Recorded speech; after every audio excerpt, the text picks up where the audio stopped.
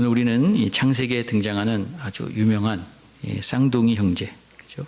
에서와 야곱의 이야기를 우리 함께 나누길 원하는데요. 여러분 혹시 어린 시절 그 체육 시간에 이제 우리 학교에서 운동 경기를 하잖아요. 예를 들어 뭐 발야구 아니면 뭐 피구, 뭐 농구 이런 경기를 하려고 할 때, 그러니까 한번 팀을 나눌 때 한번 기억을 한번 떠올려 보시겠습니까? 이제 그 체육 선생님이 이제 대표, 뭐 반장, 뭐 부반장 이제 대표를 딱 뽑아요. 두 사람이 이제 가위바위보를 합니다. 가위바위보를 해서 이제 자기 팀으로 데려갈 사람을 한 명씩 뽑는 거예요. 여러분이 만약에 주장이라면 누구를 뽑을까요? 어떤 사람 뽑을까요? 그렇죠? 농구할 때는 키가 큰 사람 뽑겠죠. 또 운동할 때는 당연히 운동 잘하는 친구, 달리기 잘하는 친구, 그렇죠? 어떤 실력 있는 친구를 먼저 뽑습니다. 뭐 운동 신경 별로 없고 달리기 못하는 친구는 결국에는 가장 마지막에 남게 되는 경우가 많아요. 여러분 혹시 학교 다니실 때 어떤 스타일이셨어요? 자, 여러분 우리가 살아가는 이 세상의 규칙이 늘 이렇습니다. 자격 있는 사람, 그렇죠? 실력 있는 사람, 뛰어난 조건을 갖춘 사람들이 항상 먼저 선택을 받아요. 그리고 오디션 프로 TV에서 보면, 그렇죠? 노래 잘하고 춤 잘 추는 사람이 뽑히는 겁니다. 뭐 시험 공부도 마찬가지예요. 시험 볼 때도 여러분 공부 잘해서, 그렇죠? 성적 좋은 사람들이 좋은 결과를 얻는 것이고, 그렇죠?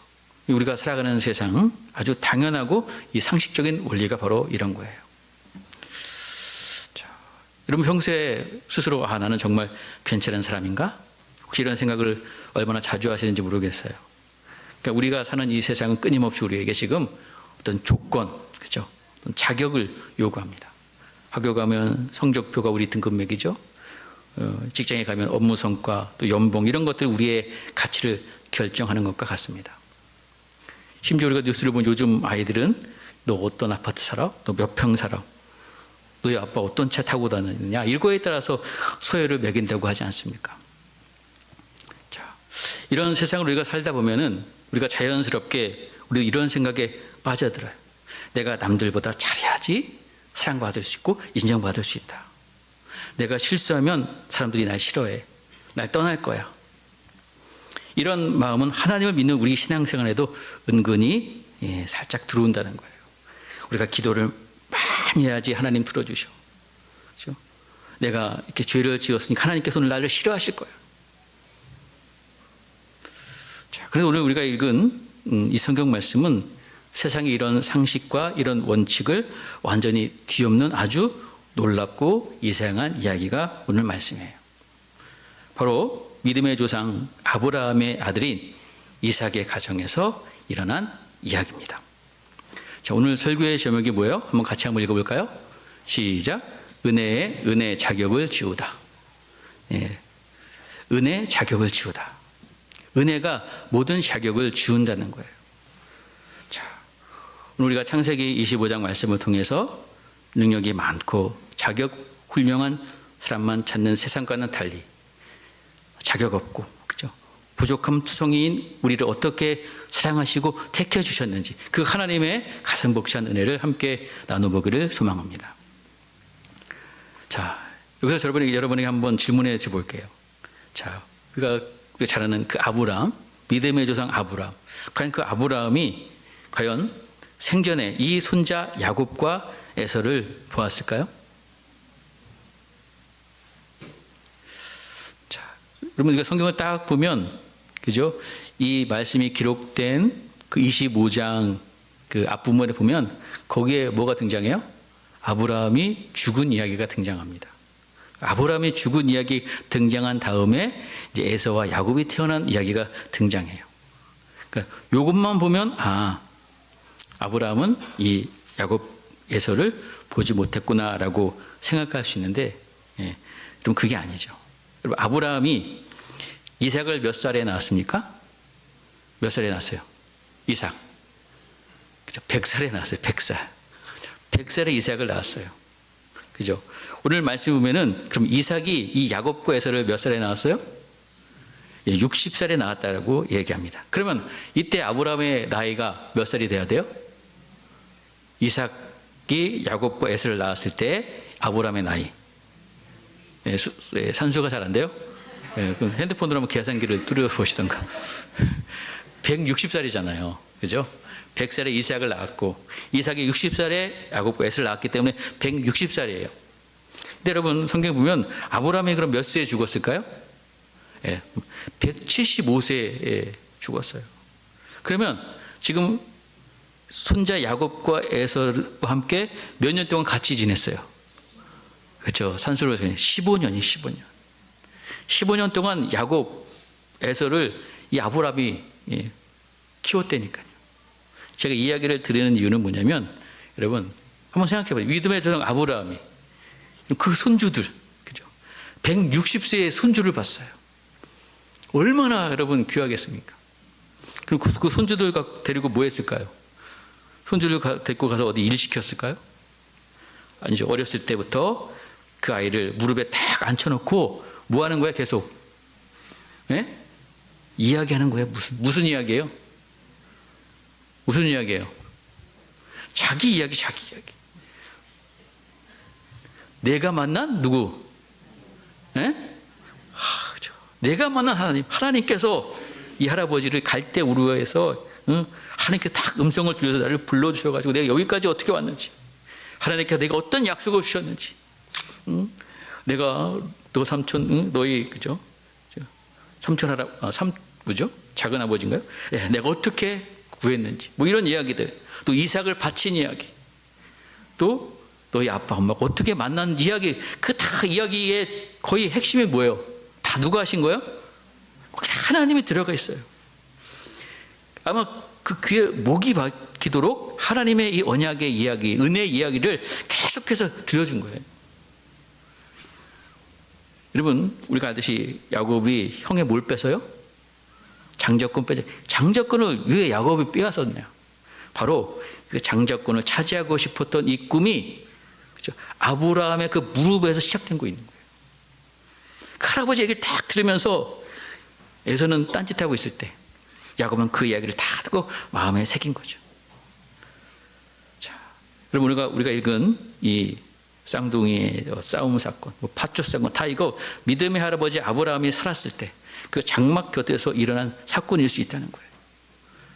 자, 이처럼 하나님의 선택, 은혜의 역사는 멀리 있는 어떤 전설의 이야기가 아니라 한 가족 울타리 안에서 할아버지, 또 아버지, 그리고 아들로 이어지는 아주 뜨거운 삶의 현장 속에서 일어나고 있다는 거죠.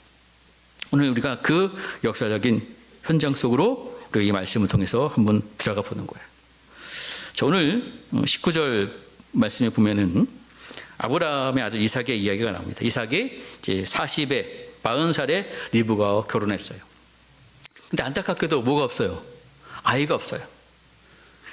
자, 20년 동안 아이가 없었습니다. 그래서 이삭이 하나님께 아주 간절히 기도했고, 하나님께서 때마침 그 기도에 응답해 주셔서 리브가 속에 이제 새 생명을 잉태하게 하셨어요. 그것도 한 명이 아니라 뭐요? 쌍둥이에요, 쌍둥이. 그런데 이 뱃속에 있는 이 쌍둥이들이 태어나기 전부터 매일 엄마 뱃속에서 맨날 뭐예요? 지금 이 리브가의 이 뱃속에서 매일 UFC 경기가 벌어지는 거예요.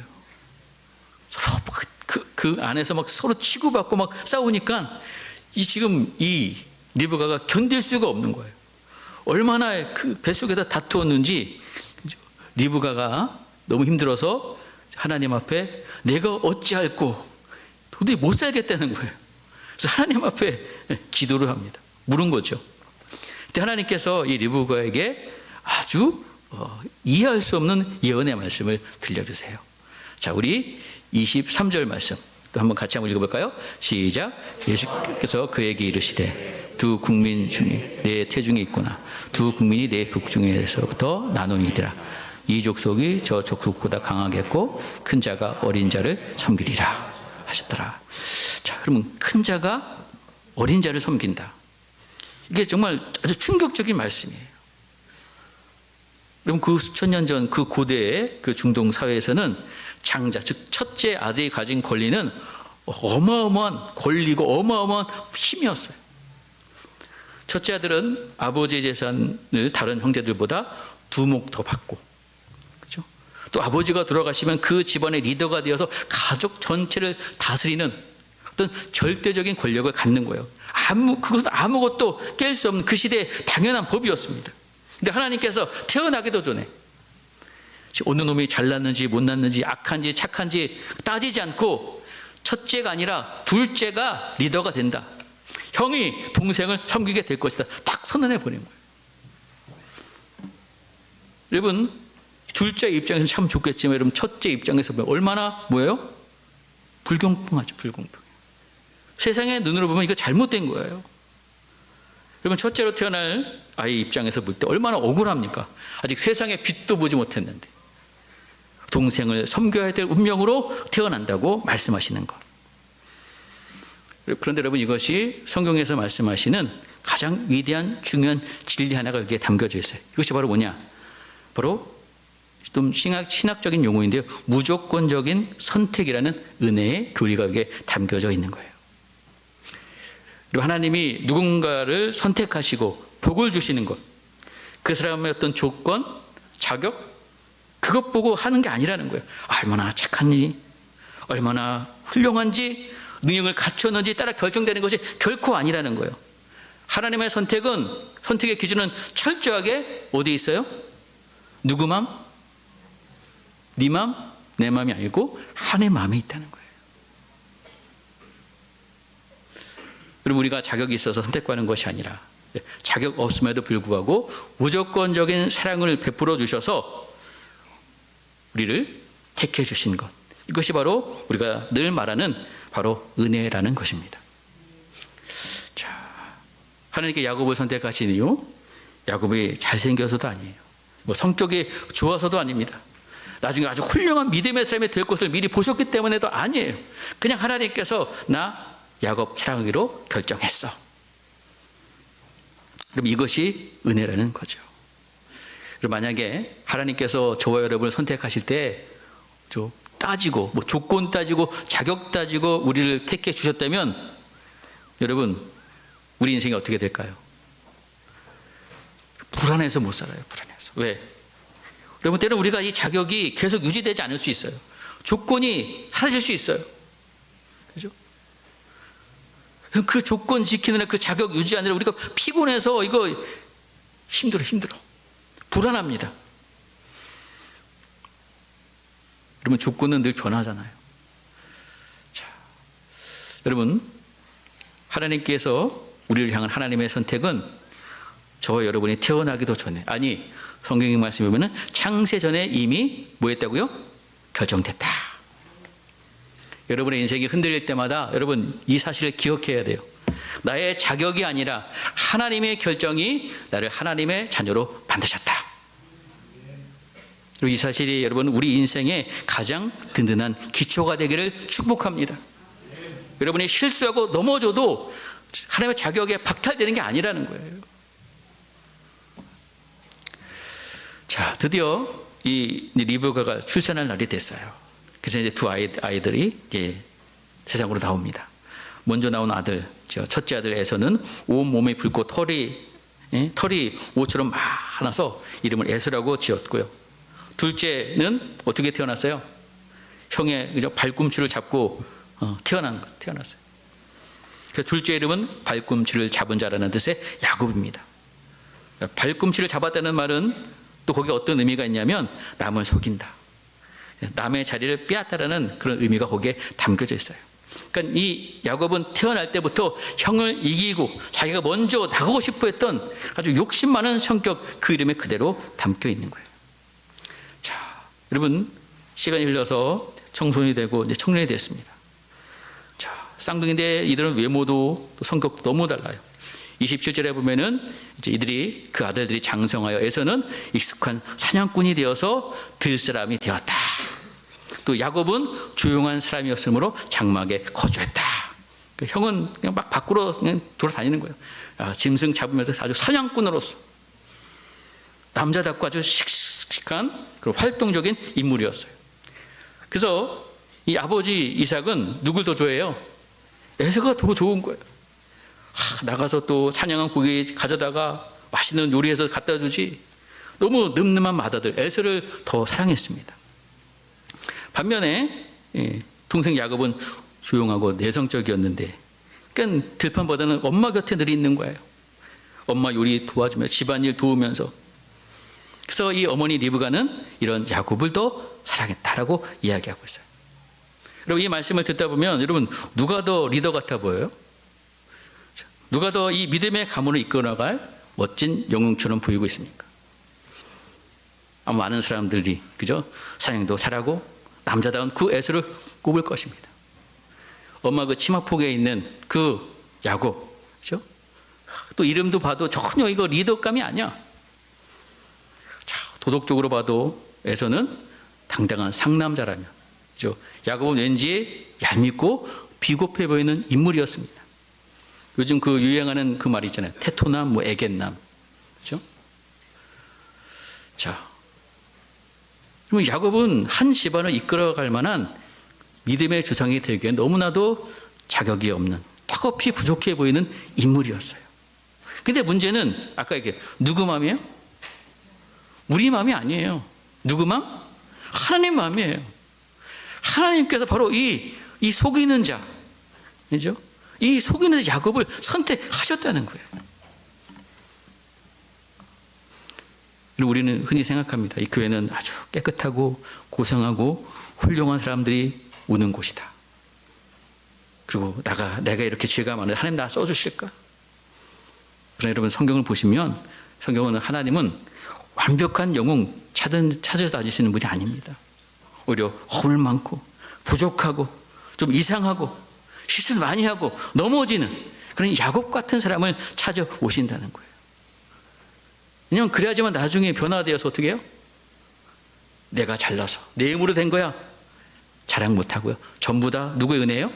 하나님의 은혜입니다 라고 고백할 수 있기 때문에 그런 거죠. 자, 여러분 야곱이 선택받은 것 그가 착해서 그런 것이 아니에요. 하나님은 그를 통해서 은혜가 무엇인지 보여주고 싶으셨기 때문에 그렇다는 것입니다. 오늘 이 자리에 나오신 우리 모든 성도님들, 저와 여러분이 여러분의 옆집 사람들보다 도덕적으로 깨끗해서 우리가 이 자리에 있는 게 아니에요. 우리는 다 야곱처럼 하나님을 속이고 내 욕심 챙기던 사람이었습니다. 그런데 그런 하나님께서 우리를 먼저 사랑해 주셨어요. 자격 없는 우리를 사랑해 주신 그 하나님의 은혜, 이것이 바로 복음이라는 것이죠. 자, 여러분 야곱을 선택하신 이 하나님의 방식을 우리가 볼 때 훗날 이 땅에 오셔서 공생의 사역을 이어가신 예수님의 모습을 보면 더욱더 그것이 선명하게 드러납니다. 예수님께서 이 땅에 오셔서 공생의 사역을 할 때 누구들하고 어울리셨어요? 바리새인들? 그 당시에 사회에서 인정받는 사람들? 권력 있는 사람들? 아니에요. 오히려 인생의 낙오자들인 그런 세리들, 또 도덕적으로 손가락질 받던 창녀, 그들과 함께 식사하고 그들의 친구가 되어주셨어요. 사람들이 얼마나 예수님을 비난하고 비웃었는지 몰라요. 저 사람이 진짜 선지자라면 어떻게 저런 죄인들과 어울릴 수 있어? 말도 안 돼. 그때 예수님께서 당당하게 말씀하셨죠. 마태복음 9장 12절 13절 말씀인데요, 같이 한번 읽어볼까요? 시작. 예수께서 들으시고 이르시되 건강한 자에게는 쓸데없고 병든 자에게라 쓸데있느니라. 너희는 가서 내가 긍휼을 원하고 제사를 원하지 아니하노라 하신 뜻이 무엇인지 배우라. 나는 의인을 부르러 온 것이 아니요 죄인을 부르러 왔노라 하시니라. 여러분 세상은 유능한 자를 뽑아 쓰지만 우리 예수님은 유력한 자가 아니라 유약한 자를 찾으십니다. 스스로 의인이라 믿으며 자격이 있다고 믿는 교만한 자가 아니라 야곱처럼 나는 속이는 자입니다, 나는 죄인입니다라고 고백하면서 주님의 발꿈치를 붙잡는 자들에게 은혜를 베풀어 주신다는 것을 우리는 기억해야 될 줄 믿습니다. 그렇기 때문에 오늘 우리에게 소망이 있는 거예요. 우리가 잘나서가 아니라, 그죠? 예수님이 죄인의 친구가 되어 주셨기 때문에 저와 여러분 같은 야곱들도 하나님 가문에 당당히 이름을 올릴 수 있게 되었다는 것입니다. 성도 여러분, 우리가 여기서 한 가지 꼭 짚고 넘어가야 될 오해가 하나 있는데, 이렇게 말씀을 듣다 보면 하나님은 자격 없는 자를 부르신다 라고 하면서 어떤 분들은 그럼 내가 부족하고 모자란 것도 다 은혜 받는 또 하나의 자격인가라고 생각할 수 있어요. 나는 자격 없기 때문에 당연히 은혜를 주셔야 돼 라고 생각한다면 그것 또한 다른 형태의 교만이 될 수 있습니다. 또 오늘 말씀 저렇게 잘난 척하는 거, 저렇게 잘난 사람들 절대 구원 못 받아 라고 얘기하는 것도 잘못되는 거예요. 오늘 말씀의 핵심은 뭡니까? 자격이 있느냐 없느냐가 아니라, 여러분, 자격이라는 기준 자체가 하나님 앞에서 무의미한 거예요. 하나님은 야곱을 선택하신 것, 그 에서보다 자격이 또 없어서가 그런 게 아닙니다. 또 야곱이 가진 속이는 성품이 마음에 들어서 뽑으신 것도 아닙니다. 만약에 부족함이 선택의 기준이라면 그것 또한 하나님은 우리의 기준을 가두는 것이 돼요. 자, 이런 하나님은 자격이라는 인간의 계산법을 완전히 무시하시고 오직 하나님의 기쁘신 뜻, 또 주권적인 사랑으로 야곱을 선택하고 계시다는 것입니다. 에서는 자신이 가진 사냥 실력과 또 장자의 명분이라는 자격에 취해서 하나님의 은혜를 우습게 여겼어요. 또 야곱은 자신의 수단과 방법으로 그 복을 쟁취하려 했지만 결국 그 모든 과정 뒤에 하나님의 주권적인 붙드심이 있다는 것을 평생에 걸쳐 배워가는 그런 과정을 그가 겪게 됩니다. 결국 여러분, 핵심은 여러분, 구원이라는 것은 인간이 제시하는 그 어떤 자격, 조건, 스펙으로 살 수 없는 하나님의 전적인 선물이라는 사실입니다. 우리가 자격이 있든 없든 그 모든 것을 뛰어넘어서 하나님께서 우리를 사랑하시려 결정했다는 그 주권적인 결정만이 우리의 구원의 유일한 근거가 된다는 거예요. 그렇기 때문에 우리가 자격 없는 것을 자랑하는 것이 아니라 그런 우리 조건 없는 우리들을 품어주시는 그 하나님의 은혜, 자유로운 그 사랑을 우리가 감사하고 찬양해야 된다는 겁니다. 그래서 우리가 내가 무엇을 했는가, 혹은 내가 무엇을 못했는가라는 자기 중심적인 사고에서 벗어나서 하나님이 나를 위해 무엇을 하셨는가라는 하나님 중심적 사고로 옮기는 것, 그것이 바로 오늘 우리가 이 말씀을 통해서 도달해야 될 은혜의 종착지라는 거예요. 자, 이런 원리를 가장 또 잘 보여주는 인물이 하나 있습니다. 바로 사도 바울이에요. 그럼 바울은 원래 자격으로 하면 아주 최고의 자격을 갖춘 사람이죠. 가멜리엘 문화에서 공부한 최고 엘리트였습니다. 바리새인 중에 바리새인이었어요. 그는 스스로 생각하기에 하나님 앞에 설 자격이 충분히 있다고 믿었던 아주 교만한 사람이었습니다. 근데 그가 다메섹 도상에서 예수님을 만나니 어떻게 변화됩니까? 그가 가졌던 그 조건, 자격, 그 스펙 다 뭘로 여겼어요? 배설물로 여긴다라고 고백했습니다. 왜냐하면 그 자격들이 오히려 하나님의 은혜를 가로막는 방해물이었다는 것을 그는 깨달았기 때문에. 바울이 위대한 이유는 그가 자격이 없어서가 아닙니다.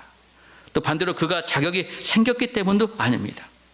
바울은 자신의 자격 있음도 자격 없음도 구원의 근거가 될 수 없다는 것을 깨달았고 그는 고백합니다. 자, 우리 고린도전서 5장 10절 말씀인데요. 같이 한번 읽어볼까요? 시작. 그러나 내가 나된 것은 하나님의 은혜로 된 것이니 내게 주신 그의 은혜가 헛되지 아니하여 내가 모든 사도보다 더 많이 수고하였으나 내가 한 것이 아니요 오직 나와 함께 하신 하나님의 은혜로라. 그럼 바울은 박해자였던 자신, 자격 없는 거죠. 그를 부르신 하나님의 그 주권에 놀랐어요. 동시에 그 유능했던 자신이 갖고 있던 그 자격 있는 것, 그 다 내려놓게 하신 그 하나님의 은혜에 압도되었습니다. 결국 바울에게 중요한 것은 나의 어떠함이 아니라 나를 선택하신 하나님의 손길이었다는 것입니다. 사랑하는 성도 여러분, 우리도 마찬가지예요. 나는 이 정도면 괜찮은 신자야. 그런 교만도, 또 나 같은 게 어떻게 집사가 되겠어, 이런 비굴함도 다 하나님 앞에 내려놓아야 됩니다. 그 모든 것, 여전히 나를 기준으로 삼는 생각들이에요. 바울처럼 우리의 시선을 나에게서, 그죠? 나를 선택하신 하나님께로 돌릴 때, 그때 비로소 진짜 은혜의 자유를 누리게 된다는 것입니다. 자, 이제 오늘 말씀 보면 그러던 어느 날에 이 가정이 아주 유명하고 충격적인 사건이 벌어집니다. 하루는 야곱의 텐트 안에서 이제 붉은 죽 요리를 끓이고 있었어요. 우리가 아는 성경은 이제 팥죽이라고 나와 있지만 팥죽이라기보다는 붉은색 콩을 끓이는 어떤 스프 종류일 것입니다. 자, 형 에서가 들판에서 사냥을 마치고 돌아왔어요. 에서가 이제 사냥감을 하루 종일 뛰어다니니까 얼마나 시장하겠어요. 배가 고팠습니다. 쓰러질 지경이었어요. 네, 텐트 안에서 아주 맛있는 죽 냄새가 이제 에서의 코를 막 찌르는 거예요. 야곱에게 얘기하면, 야곱아, 내가 지금 배고파 죽겠어. 그러니까 그 붉은 죽 좀 내가 좀 먹을 수 있게 해다오. 부탁합니다. 자, 그럼 우리가 여기서 착한 동생이라면 어떻게 해요? 형님, 얼른 어서 오세요. 아유, 많이 배고프군요. 빨리, 그러니까 맛있게 드세요. 얼른 죽을 퍼서 주는 것이 상식적인 행동이죠. 그런데 여러분, 야곱을 보십시오. 그는 그의 이름처럼 남의 발꿈치를 잡는 자. 목적을 위해서는 수단과 방법을 가지 않는 치밀한 야곱은 이 형의 가장 약한 순간을 이용합니다. 야곱 눈을 반짝이면서 형에게 엄청난 거래를 합니다. 형, 이 죽 먹고 싶어? 형, 세상엔 공짜가 어딨어. 먹고 싶으면 형이 가장 가진 장자명분 오늘 나한테 넘겨. 내가 그럼 이 죽 줄게. 자, 여러분, 장자권. 여러분, 이건 단순한 재산을 더 많이 받는 권리가 아니에요. 성경에서 장자권은 아브라함과 이삭에게 주신 하나님의 복과 약속을 이어받는 권리입니다. 즉, 하나님께서 우리 가문을 통해서 세상을 구원하시겠다는 그 거룩한 약속의 주인공이 되는 권리예요. 눈에 보이지는 않지만 영적으로 온 세상을 다 줘도 바꿀 수 없는 어마어마한 그 가치, 거룩하고 영광스러운 권리였습니다. 그런데 여러분, 에서가 뭐라고 대답합니까? 우리 32절 한번 같이 한번 읽어볼까요? 시작. 에서가 이르되 내가 죽게 되었으니 이 장자의 명분이 내게 무엇이 유익하리요? 에서는 지금 당장 배가 고파 죽겠는 거예요. 죽 한 그릇이 하나님의 약속보다 더 소중하다고 생각한 겁니다. 야, 지금 당장 배고파 죽겠는데 하나님의 약속이 뭐 밥 먹여줘 이거예요. 그래서 34절에 보면은 그가 떡, 팥죽 받아 먹습니다. 허겁지겁 먹고 나가버려요. 자, 34절을 한번 또 읽어볼까요? 시작. 야곱이 떡과 팥죽을 에서에게 주매 에서가 먹고 마시고 일어나갔으나 에서가 장자의 명분을 가볍게 여김이었더라. 장자의 명분을 가볍게 여겼다. 가볍게 여겼다는 말은 멸시했다는 얘기예요. 또 쓰레기 취급했다는 뜻입니다.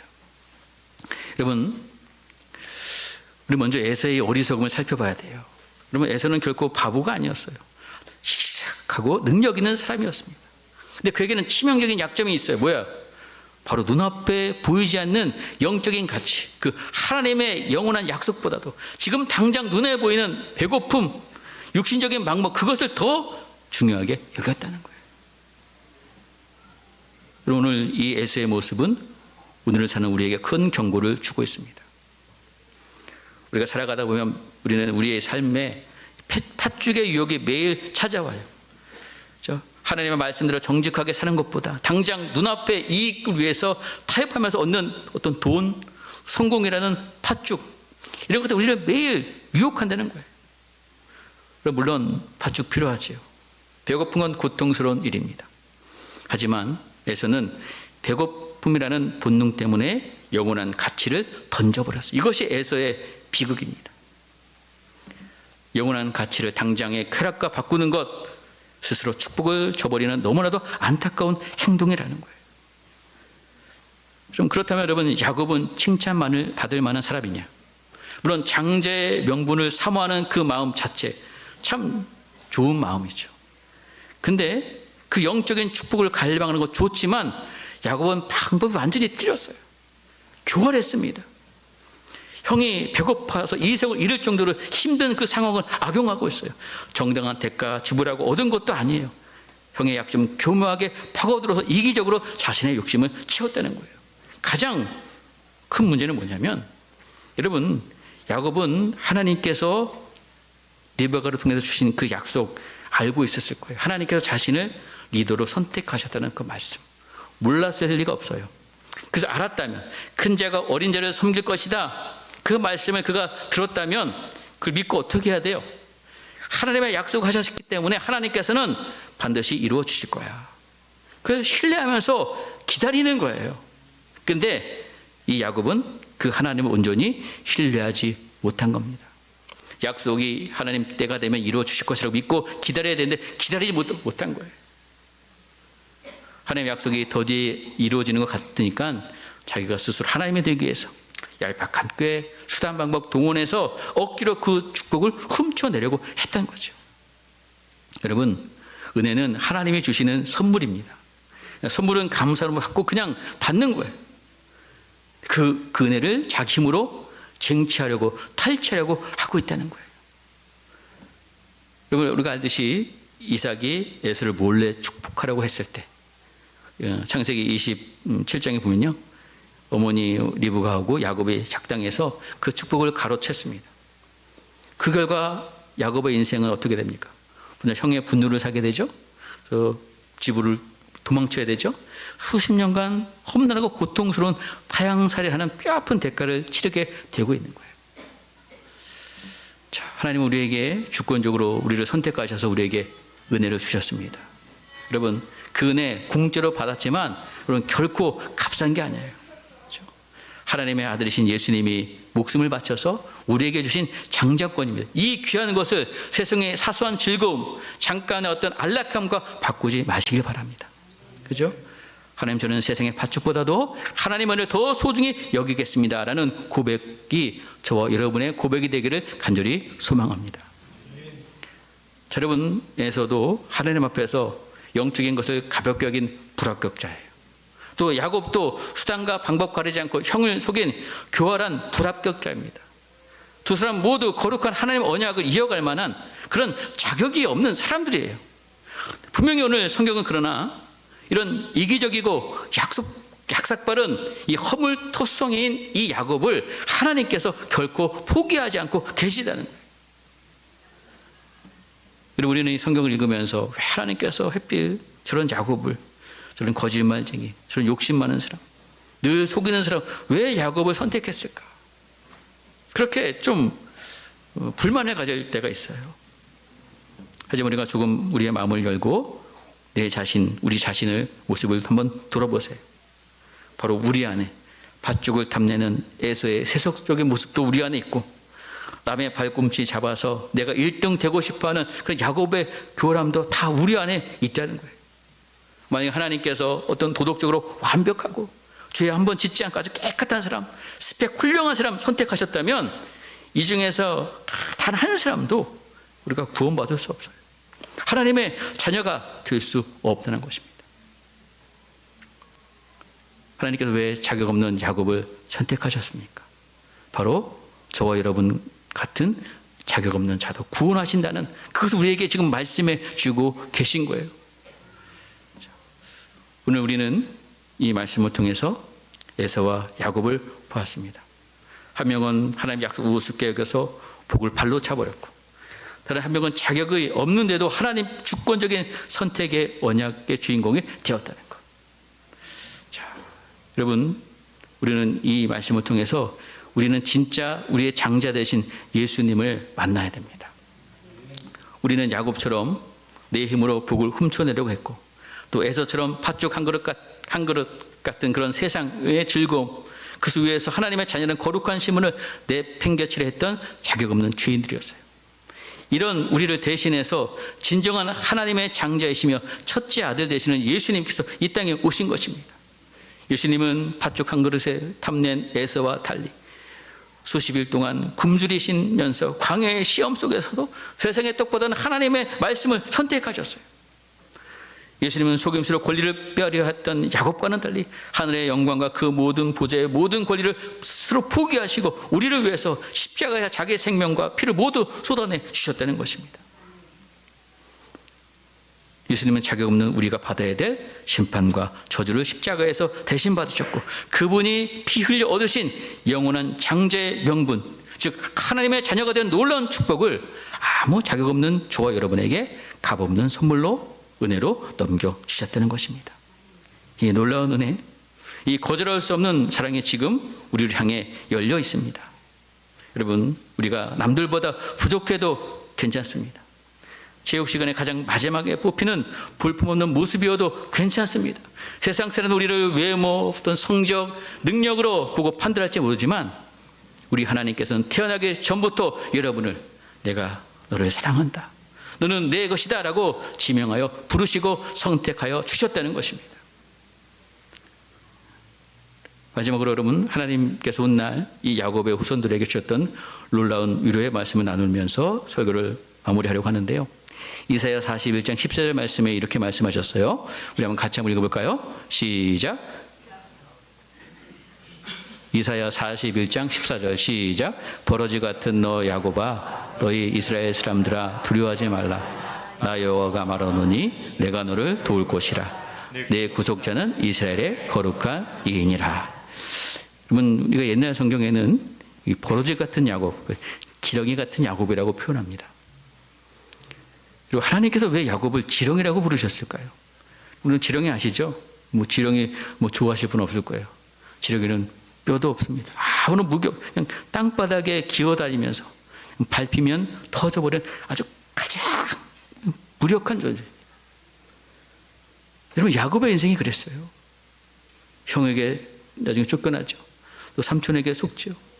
그건 77세가 되도록 이런 것이 하나 없이 광야를 떠들던 그의 모습은 마치 흙먼지 속에 기어다니는 이 지렁이 같은 존재였습니다. 그런데 여러분, 복음의 신비가 여기 있어요. 이 세상은 이 지렁이를 밟고 지나가지만 하나님께서는 그 지렁이 같은 야곱을 어떻게 하셨어요? 선택하신 거예요. 이사야 41장 15절에 보면 이가 날카로운 새 타작기로 만드시겠다고 약속하셨습니다. 이 지렁이가 산을 쳐서 가루로 만드는 기적이 일어난다고 약속해 주셨어요. 그럼 우리는 하나님 앞에 어떤 대단한 용사, 에서인 척 할 필요 없습니다. 오히려 하나님, 저는 제 힘으로 살 수 없는 지렁이 같은 존재입니다. 그렇죠? 우리의 무력함을 인정할 때 하나님의 주권적인 능력이 여러분의 인생을 붙들어 주시는 줄 믿으시기 간절히 바랍니다. 성도 여러분, 여러분의 삶이 지렁이처럼 초라해 보이십니까? 그러나 자격 없는 나를 선택하신 그 하나님을 끝까지 신뢰하시길 바랍니다. 하나님은 지렁이 같은 야곱을 포기하지 아니하시고 끝내 이 지렁이 같은 야곱을 이스라엘로 하나님과 겨루어 이긴 자로 만들어 주셨어요. 내가 약할 때 하나님의 강함이 나타납니다. 우리가 자격 없음을 고백할 때 하나님의 은혜가 가장 빛이 납니다. 이번 한 주간도 세상의 팥죽에 목숨을 거는 에서의 삶이 아니라 비록 지렁이 같을지라도 하나님의 약속의 말씀을 붙잡고 사는 그런 야곱의 승리가, 이 야곱의 은혜가 여러분의 것이 되기를 주의 이름으로 간절히 축복드리겠습니다.